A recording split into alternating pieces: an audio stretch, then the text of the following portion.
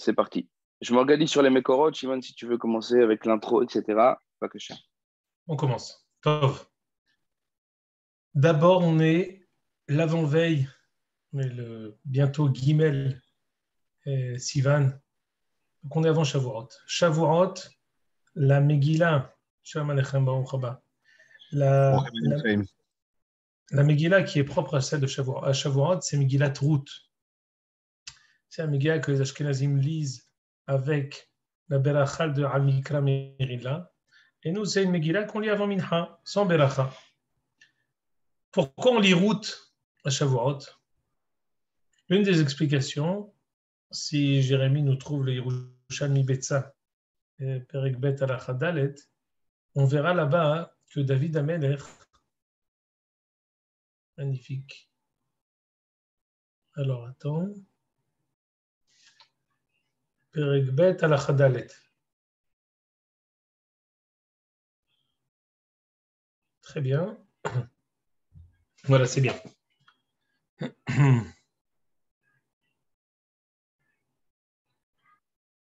Voilà. Là où tu as là où il y a marqué Divrei Hayamim, une ligne en dessous. Compte environ dans Halacha Dalet, 1, 2, 3, 4, 5, 6, 7 avant la fin, 6 lignes. Amar Biose, Berbiboun. David met Be'atzeret. Pourquoi on lit Megillat Ruth à Shavuot? Parce qu'on affilie, on a reçu par la tradition que David est mort à Atzeret, Shavuot. David a rendu sa neshama à Shavuot. Et donc, comme on récite l'affiliation de David à la fin de Megillat Ruth, depuis Boaz jusqu'à, en passant par Oved, Ishaï, pour arriver à David, l'affiliation de David, elle se fait à Shavuot. Pourquoi? Parce que c'est le moment où il est né, c'est le moment où il est mort. David met Be'atzelet. Quand est-ce que vous imaginez bien que la raison pour laquelle on étudie ça aujourd'hui, c'est parce que le début du Sefer Melachim, il est particulier en cela que c'est Vaikrevu Yemé David Lamout. On parle du moment où David va nous quitter. Donc je me suis dit qu'en introduction à Shavuot et en continuité à notre étude du Sefer Melachim, on va se pencher justement sur, on va dire, le testament de David, qui est en rapport aussi avec la Megillat Ruth. Quand est-ce que la Megillat Ruth a été écrite et par qui? Est-ce que quelqu'un de vous sait quand est-ce que Megillat Ruth a été écrite et par qui et par qui elle a été écrite? Par Shmuel, non? Hazaku Baruch. La Megillat Ruth, elle a été écrite par Shmuel Hanavi. Ainsi, la Gemara dans Ba'abatra nous dit qu'elle a été écrite par Shmuel. Mais quand est-ce qu'elle a été écrite? Ça, c'est très intéressant. Si tu peux nous mettre, Jérémie, Shmuel Aleph, les psukim que je t'ai dit dans Shmuel Aleph, je t'ai donné deux endroits. Le deuxième accord de Shmuel Aleph. Ouais, excusez-moi, ça va prendre une petite minute.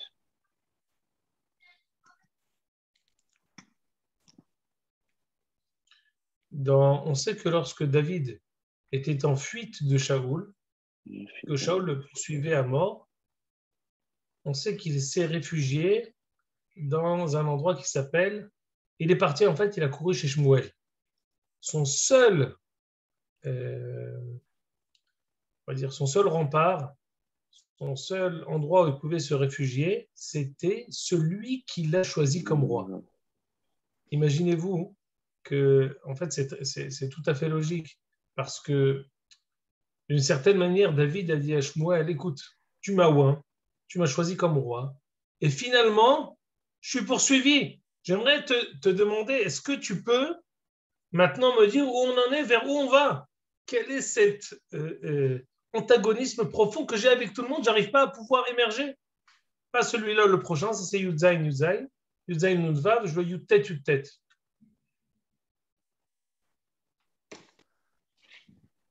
Hazaku Baruch. On dit que lorsque Shaoul poursuivait David, Vayugad le Shaoul est mort, il David Benayot Barama. C'est-à-dire que On verra le pasuk d'avant aussi. David balach va'imalet vayavo el Shmuel aramata. Pasuk d'avant, David s'est enfui chez Shmuel. Vayeged lo et kol asher asa lo Shaul vayechu Shmuel vayeshevu benayot. Ils étaient les deux assis à Rama à Nayot. Le Midrash nous dit quand est-ce que la Megillah de Ruth a été écrite. Elle a été écrite lorsque David était parti voir Shmuel pour lui dire retour du colis à l'envoyeur. Tu m'as oint, tu m'as choisi, tu m'as proclamé roi et on n'arrive nulle part. On avait expliqué en son temps que cette Gemara ce pasuk-là faisait référence dans la Gemara dans Zvahim Nunvav au fait que Shmuel avait prophétisé à David tous les plans du Beth Amikdash. Vrai. Benayot Barama, on dit ils étaient assis à Rama, mais ils étaient en skim Benoyo Shel Olam. Nayot Benoyo Shel Olam.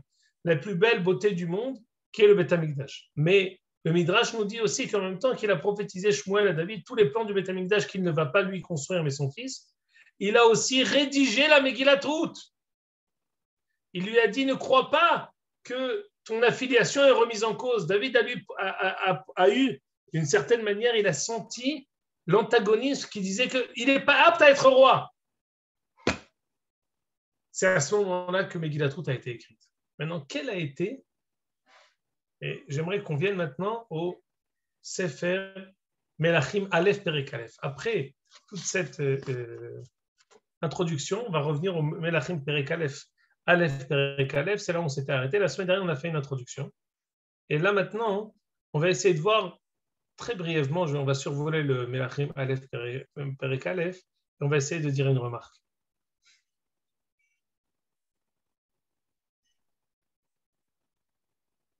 David Zaken Baba Yamim,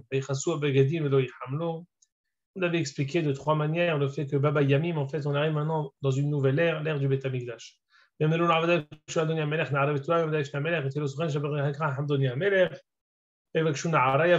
dit que c'est une nouvelle femme parce que c'est une nouvelle ère, une nouvelle beauté. Il n'y avait plus qu'une femme qui pouvait contenir David dans sa dernière phase, qui est la phase la plus haute de sa vie.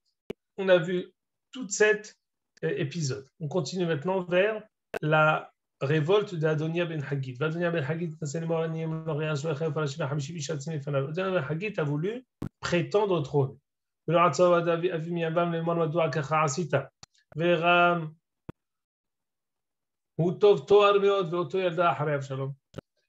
Il était estimé par son père, il était beau, il était l'enfant, le cadet de Avshalom. Donc après, si Avshalom n'est pas roi, c'est lui. Dans la suite de la liste, c'est lui. Il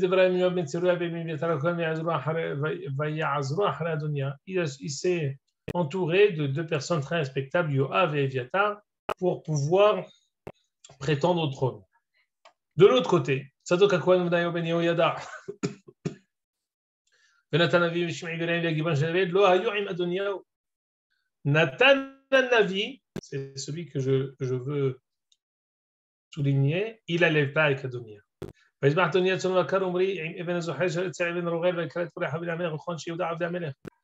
a fait un grand festin, il a appelé tous les enfants du roi, il a appelé tous les gens d'Yehuda. Par contre, il a omis de manière délibérée d'appeler son frère Salomon, d'appeler Nathan, Nathan el Batsheva, M. Shlomo Lemor, Allo Shamat, qui malach Adonia ben Haggit va donner nous David le Yada. C'est intéressant. Celui qui s'adresse à Batsheva, c'est Nathan.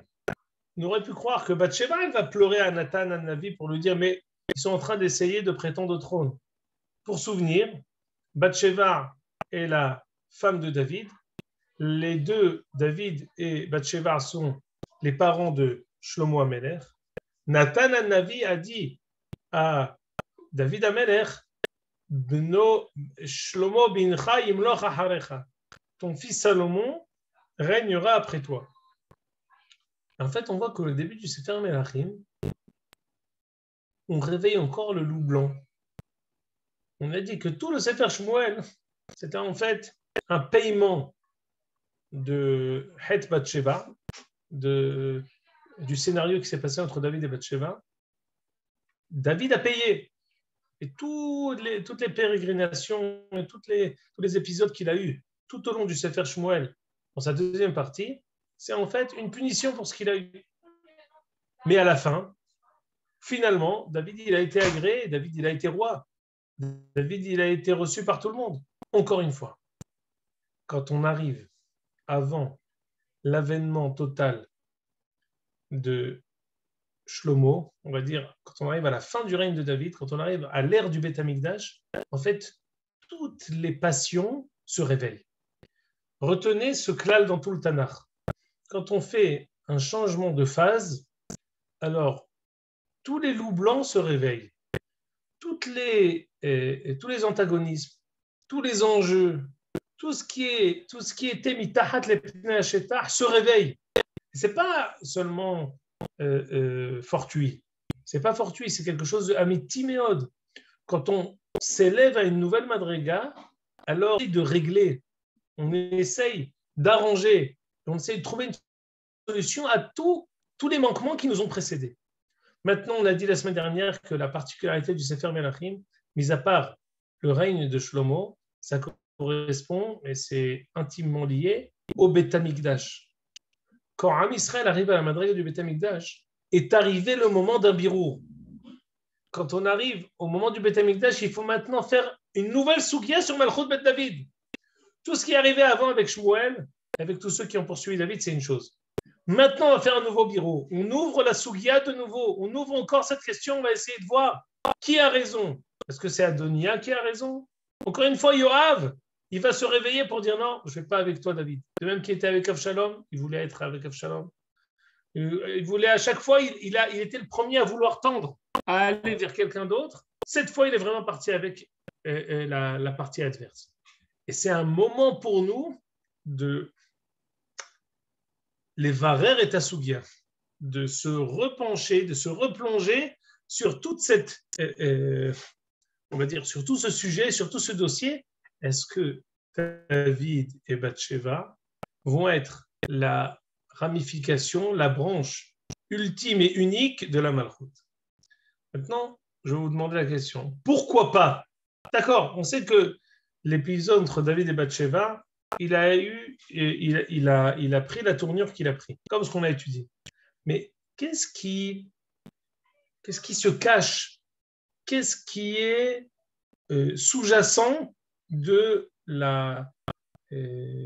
fait que tout le monde se lève et se dresse contre David? Alors, j'aimerais pour cela qu'on revienne à Shmuel Aleph Perek Yud Zayin, Pasuk Nun Vav.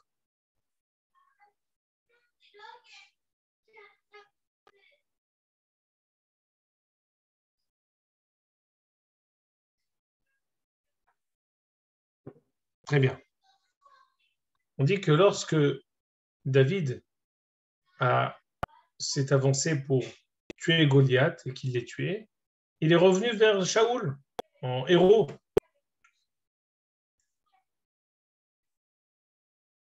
Et ici,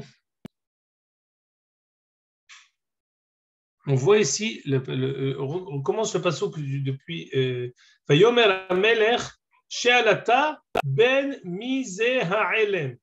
Viens dans le pasuk d'avant, dans la page d'avant, pardon. Voilà. Vechirot Shaoul et David Yotse Likrat HaPlishti Amar el Avner Sarat Sava ben Mizeh ha'na'a. Parce que David s'est approché pour et en ayant brandi son glaive devant Goliath, Shaoul demande à Avner, mais c'est qui ce jeune? Ben Mizeh ha'elem, demande-toi, qui est-il? David Makot Tapilishi avec Karato Avner, mais Beolif Shaoul Berosh Apilishi Biet. Shaoul Ben Mi Ata Na'a. Tout le monde ne voit pas. Comment tu ne le connais pas? Tu le connais très bien. Pourquoi tu remets en cause son identité? Qu'est-ce que c'est tout cet épisode où Shaoul fait comme s'il ne connaissait pas l'identité de David? Alors regardez Rashi. Ben Mizeh Na'a Amro Rabotenu Echi לא היה מכירו, ולא כתיב, אהבהו מאוד, והיא לא נוסק אליו. אלא הוא ראהו מתנהג בתכסיסי מלכות. Il a dit, mais il se comporte d'une manière comme un roi. Qui il est? Alors là, ici, on arrive ici à une question terrible.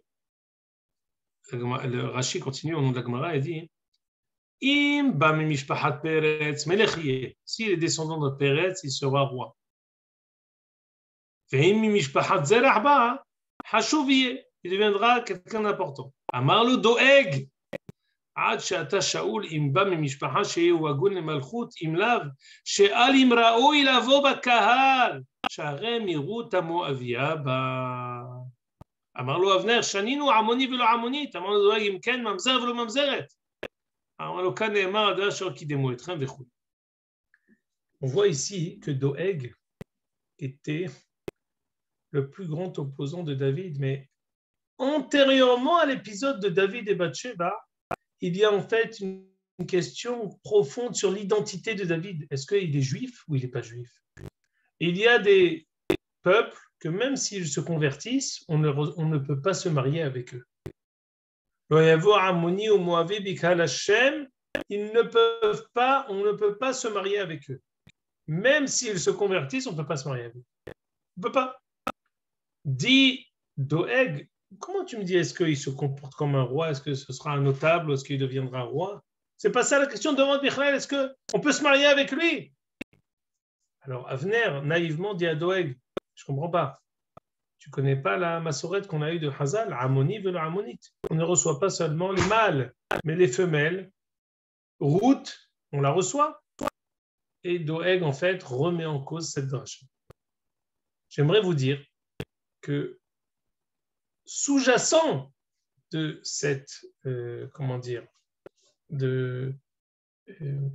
ce mérite de Adonia, de manière permanente, on remet en cause même l'identité de David, la Malchut Bet David. Le peuple, c'est vrai que Adonia, il est descendant de David, mais le peuple, de manière permanente, il remet en cause sans arrêt la possibilité de la Kadosh Baruch Hu de faire résider sa Shekhinah sur David et toute sa lignée. Que ce soit pour ultérieurement l'épisode de David et Bathsheba, ou antérieurement l'issue de David de Ruth avec Boaz.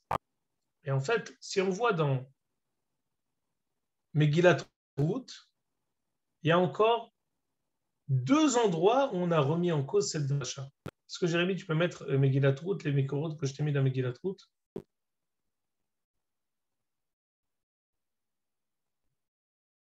Désolé, c'est pas un accord terrible au niveau de la qualité, mais c'est ce que j'ai trouvé. Oh, ça va. Édition Gutenberg, ça passe aussi.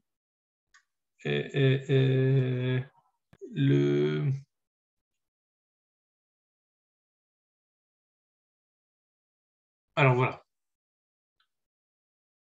Il y a 2 endroits dans le Megillat Ruth où on a remis en cause la dracha de Moaviv et le Moavite. C'est-à-dire on a remis en cause le fait même que David qu'on puisse se marier avec lui, que ses enfants soient juifs, que sa liaison entre Boaz et Ruth soit une liaison légale.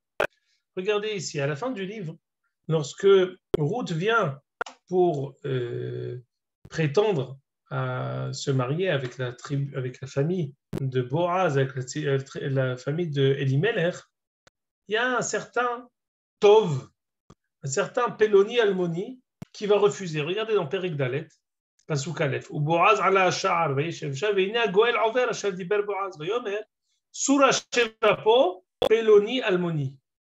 Il lui a demandé, je veux que tu viennes parce que je veux te donner, comme toi tu es plus proche que moi de Ruth, je veux que tu te maries avec elle. Qu'est-ce qu'il lui répond?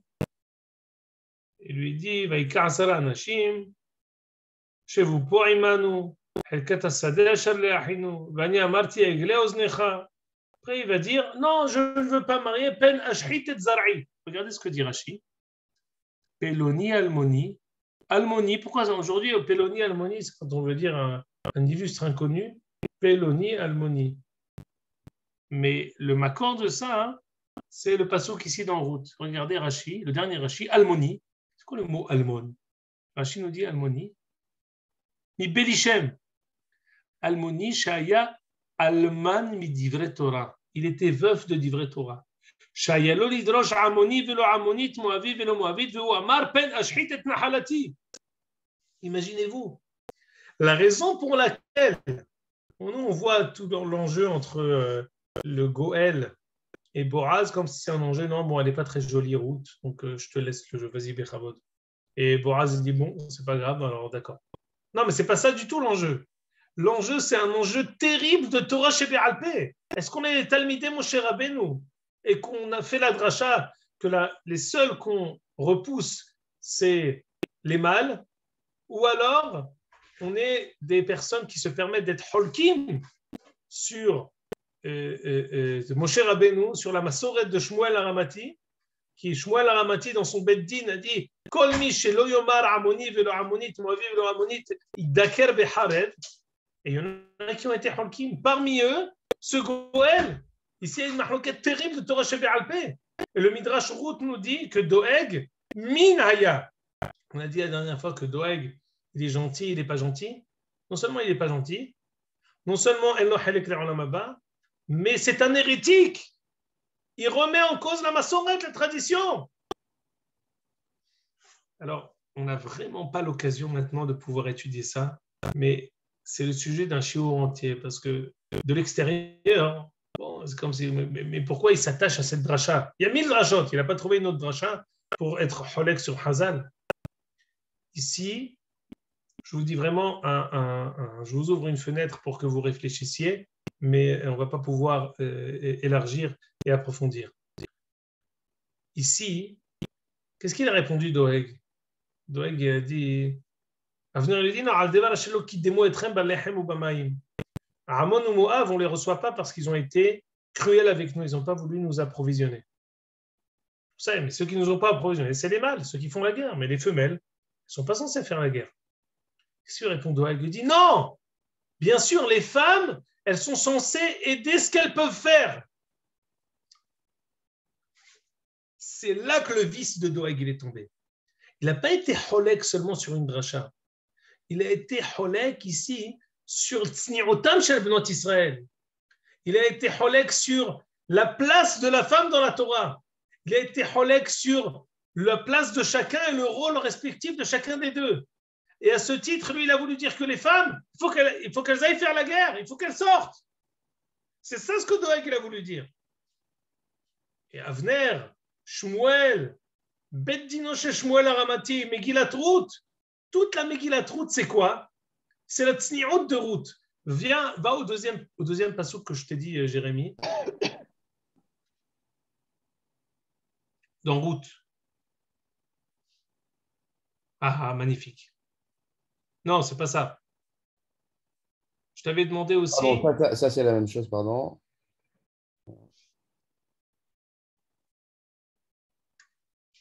Ah voilà, très bien.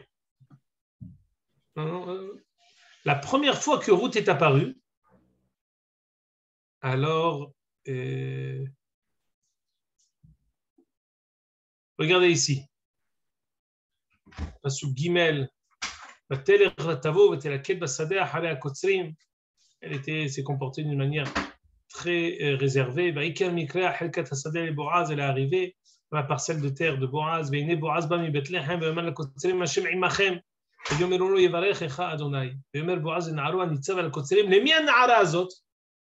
Boaz, qui l'a vu Ruth, il dit, c'est qui cette fille? Qu'est-ce qu'il nous dit Rashi? C'est-à-dire quoi, c'est qui cette fille? Je reviens. Un peu.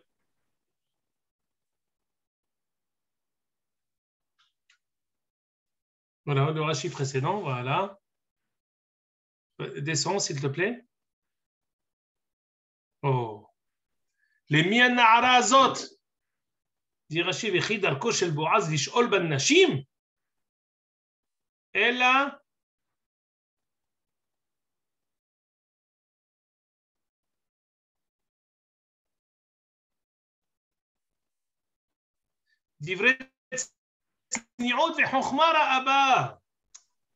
elle était remarquable dans sa tzni'ut. Justement, la chose que Doeg a dit, non, les femmes moaviyotes, elles sont censées faire la guerre. Justement, ça, c'est ça ce que Boaz y voit chez Ruth. Elle est sortie du lot, il a dit, qui est-elle, cette femme tellement tsnoua? Maintenant, qui c'est qui répond ici? ויאמר הנער הניצל הקוצרי ויאמר נערה מואביה היא שרה עם נעמי משדה מואב. Il y a un pirouge du Rav Ovadia dans Hazon Ovadia Yom Tov, extraordinaire, il ramène un midrash qui dit que le petit jeune qui a répondu à Boaz, qu'est-ce qu'il lui a dit? Il a dit non, Na'ara Moavia, c'est une Goya. Tu crois que c'est quelqu'un ici, quelqu'un d'important? Goya, Moavia. Lo yavo Amoni ou Moavi, Amonite ou Moavite, les deux. On voit ici qu'il y a eu dans l'histoire 3 personnes qui apparaissent dans le Tanakh qui ont été en mahloket avec cette dracha de Amoni, velo Amonite, Moavi, velo Moavite. Doeg, le Goël qui s'appelle Tov, ce petit jeune ici qui est ramené, qui est illustre inconnu, qui vient et qui dit non, ne t'arrête pas sur elle, ne la regarde même pas. Et le birour de Boaz de voir le Koah, la possibilité pour nous, d'un côté, la chutzpah de Moab. Pourquoi c'est la chutzpah de Moab? Parce que Moab, il s'appelle Moab. La znout de Moab, qu'elle est partie avec son père, elle le donne comme nom. Oui, mais cette chutzpah, on a la possibilité ensuite du côté des femmes. Regardez un peu le mec, je vais vous dire ici quelque chose d'extraordinaire. Quelle était la volonté profonde de Madame Moab d'aller avec son papa? On se rappelle, c'était quand? Après Sdom. C'était après Sdom, ils se sont dit quoi? Yiboum, non? Ils se sont dit, c'est maintenant l'apocalypse. On n'a plus de possibilités, on est les seules personnes du monde qui persistent. C'est le pshat, c'est le pasouk, ça. C'est ça, ils ont dit. Comment on va faire? C'est-à-dire que le côté des femmes de Moab, c'est le côté de la Hemsher. Elle veut continuer, elle veut mettre au monde, elle veut faire apparaître la Nithiyut, l'éternité des Dorot. C'est ce qu'elle veut faire Madame Moab. Le seul problème, c'est que ça apparaît avec Chutzpah. Comment tu vas? Tu t'appelles, tu vas avec ton papa et tu le dis Moab, Me'av. Mais non, mais cache-toi. Non, je le montre. Le tikkun de ça, il va apparaître par David, par le côté des femmes. Le côté des femmes, c'est le bon côté. Maintenant, attention. Benot Moab, c'est une catastrophe naturelle. Elles sont très belles, elles tournent la tête à Am Israël. Mais on a la possibilité, même cette clipa, cette écorce tellement dure, on peut réussir à la racheter à travers David, à travers Madame Ruth, qui est remarquable dans sa tzniut, qui est remarquable dans sa fidélité, qui est remarquable dans sa messirut nefesh. C'est Ruth qui va réussir à montrer que même les causes qui nous paraissent les plus perdues, la chutzpah, les arayot, les deux en même temps, finalement par le côté des femmes, on va réussir à élever et transcender ce côté-là et ça va se transmettre chez David. Ce hiddouche, c'est le hiddouche de la Torah. C'est pour ça qu'on lit ça Shavuot. Le hiddouche de la Torah qui peut amener l'humanité entière à son tikkun éternel. Et on le lit, on lit la Megillat Ruth à Shavuot parce que David est mort à Shavuot. Mais quel était l'enjeu de toute la Megillah? L'enjeu de la Megillah, c'était Moavi, Velo Moavi. C'est ça toute la Megillah. Mais c'est sous-jacent, personne ne le sait. Et David, quand il va voir Shmuel, il lui donne ici, comme ce que on avait donné une amulette à Sénat Bat Potifera pour lui dire tu n'es pas une mamzeret, tu es la fille de Yosef. Et bien la Megillat Ruth, c'est comme l'amulette de Asenat pour savoir que c'était une fille qui était affiliée. C'est la même chose pour David. De dire que Moavi et Vélo Moavite, il est issu de Moav. Encore une fois, à travers le premier Pérec de Melachim Aleph, Pérec Aleph, quand ici, il va être question de savoir est-ce que David et Bathsheba, c'est bien ou c'est pas bien, c'est la même chose. On voit ici que comment dire? Attendez, pardon, mauvaise manip. Excusez-moi. Que toutes les personnes qui se lèvent contre David, toutes les personnes qui veulent remettre en cause le lien entre David et Bathsheba, c'est maintenant à l'image du moment dans Shmuel, où tout le monde a voulu remettre en cause même la judaïté, la possibilité de David de faire partie de Am Israël. À ce même titre, au moment où on arrive à l'avènement de Shlomo, tout le monde vient, toutes les passions se réveillent. Et arrive le moment où David doit trancher dans le vif. Dans le vif. Regardez ici, je vais vous dire. Va maintenant, Jérémie, on va revenir dans Pérec, dans Mélachim, s'il te plaît. On va essayer de terminer de lire le Pérec. On va voir que, et on va solliciter David pour dire qui est son fils. Pour dire, alors une seconde, c'est bien ce que tu as fait, Jérémie, mais le Baal HaTurim. J'avais oublié que je te l'avais dit.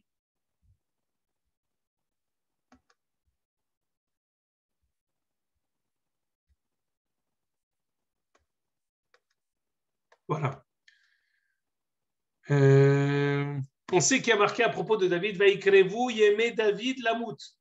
Les jours de David se sont approchés pour mourir. Et on connaît aussi cette tournure-là chez Yaakov, Vaikrevu yemé Israël lamout. Regardez ce que dit le Baal HaTurim. Tac, pardon. Une seconde, j'ai besoin de lire un peu pour le trouver. Voilà. Vaikrevu yemé. Regardez, c'est environ, Jérémie, la 10e ligne avant la fin, au milieu. Là, on marquait Begematria et Mila. Voilà. Vaikrevu yemé.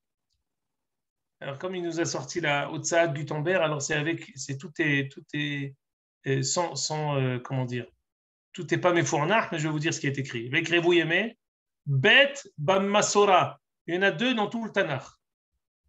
Ve'ida hacha, c'est le premier, Vaikrevu yemé Israël lamout. Ve'idach gabé David, le deuxième, Vaikrevu yemé David lamout. Alors, c'est quoi ce rapprochement? Écoutez, extraordinaire.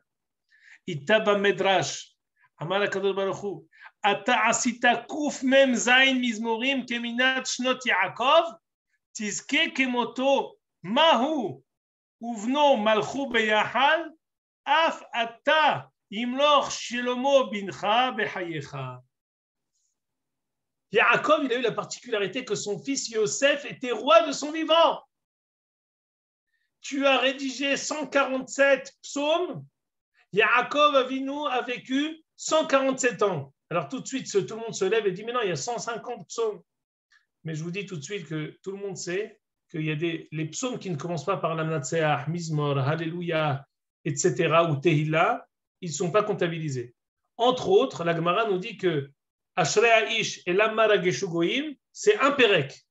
Pourquoi? Parce que l'Amara Geshu Goyim, il ne commence pas par l'Amnatseah ou par Mizmor ou quoi que ce soit. Il y en a comme ça 3. Ce qui fait que le numéro des Mizmorim, c'est 147. On sort de Parashat Bechukotai. Je ne peux m'empêcher de vous dire que dans la Torah, il y a 147 klalot.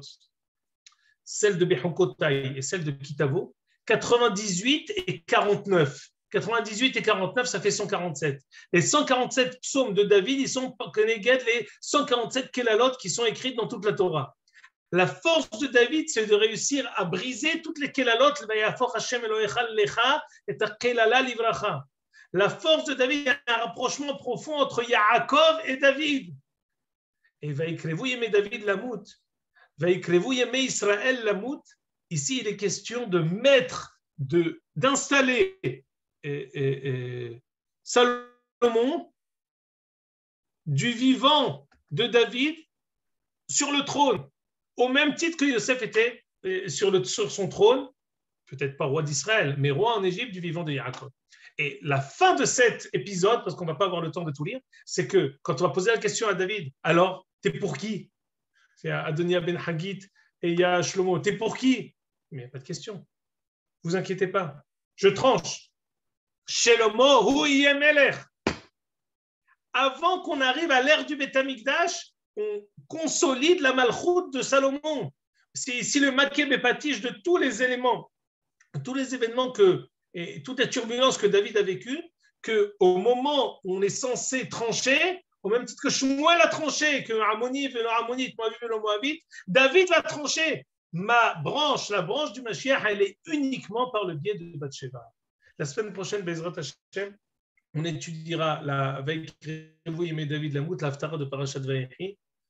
En attendant, je vous dis Tisko les Shanim Rabbot, Ne'imot Vetovot, Chag Sameach, Kol Tov Lachem. Je suis désolé, j'ai d'autres shiurim. Exceptionnellement, je suis obligé d'écouter. Je peux me permettre une seconde, les amis. Oui. Est-ce que je peux me permettre une petite guématria d'une seconde, c'est que on a 613 mitzvot et l'ensemble de l'humanité en a 7. Ça fait 613 moins 7, ça fait 606. Quand on se convertit, qu'on devient juif, on se met sur le dos 606 mitzvot de plus, puisqu'on a déjà les 7, on s'en met 606 de plus. Alors la gematria de Ruth, c'est 606. Voilà. Hazak ou Baruch, יפה מאוד. Faites attention la semaine prochaine, peut-être que l'heure changera, ce sera toujours en Zoom. Peut-être que l'heure changera. Suivez les Odaot sur WhatsApp. Erev Tov לכולם. Bye, merci, Hazak. ביי, תודה רבה. Bye.